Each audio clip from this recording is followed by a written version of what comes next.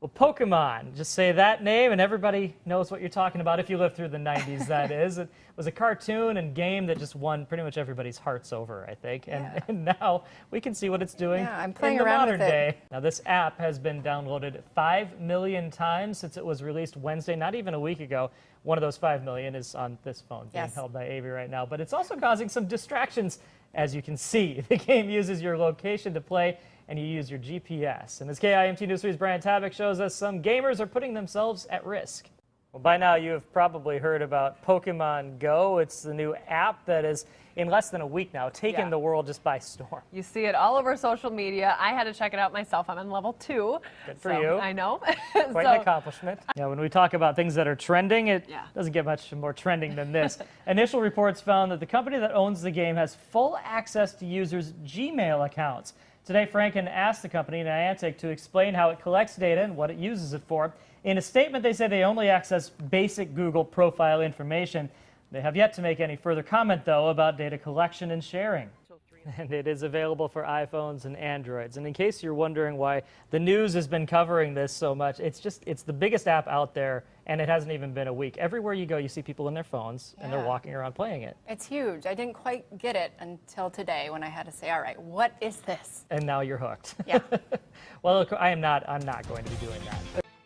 Well, it's leading off our trending segment again tonight because it's just undeniable. Pokemon Go is the biggest fad going right now. It is. It's just everywhere. Everywhere you go, people are walking around with their phones right in front of them trying to catch those cartoon creatures.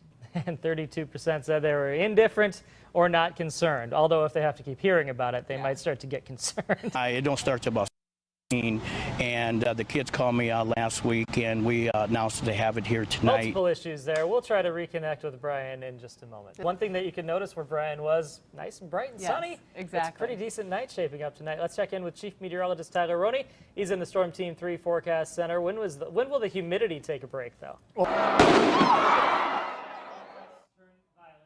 100 people were arrested in Minnesota's capital city during the protests early this morning that shut down Interstate 94.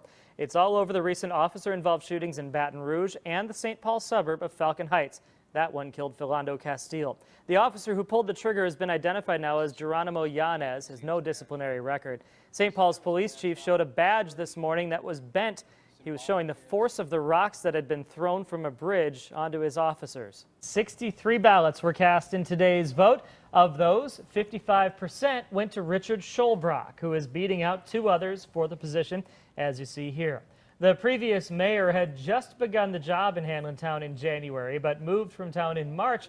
That spurred today's special election. One city council member we spoke with while the vote was going on today said she was hopeful voters would choose a strong leader. Happened just feet away from people's homes. Rochester authorities say 4 mobile homes and 1 business were all hit by bullets along Park Lane Southeast. We're told more than 24 shots were fired in the weekend shooting, but so far no victims have come forward, despite blood being found at the scene. Anybody with information is asked to contact police. And the Mason City School Board president says they'll only be meeting with Venz once unless other issues arise. Well, other issues may arise in the weather department as soon as tomorrow. But here are some of those shelfies that people sent in earlier this morning. So, Brandon, just to clarify, you can only call it a shelfie, right, if you get a shelf cloud on camera, is that right? Exactly. It's not a selfie, it's a shelfie. I like that. You come up with something great there, Brandon. Thank you. If you want to see all of those shelfies, head over to KIMT.com. We're posting them with a link on the homepage. Well, when we see a big uptick in heat and humidity like that, we have to expect the storms to come with it. So there they are. And there they are. Yeah, you got it just right. All right, I've heard enough forecasts to kind of get the gist of this. But no, thank you, Brandon. All right, Katie, you ready for the big day? It's coming up fast. 51 days, but who's counting? Matt, you and Danielle, you have an anniversary coming up, right? You got it, 9 years, just a couple days away. We've got nothing on Amy, though. No. 15 years next month.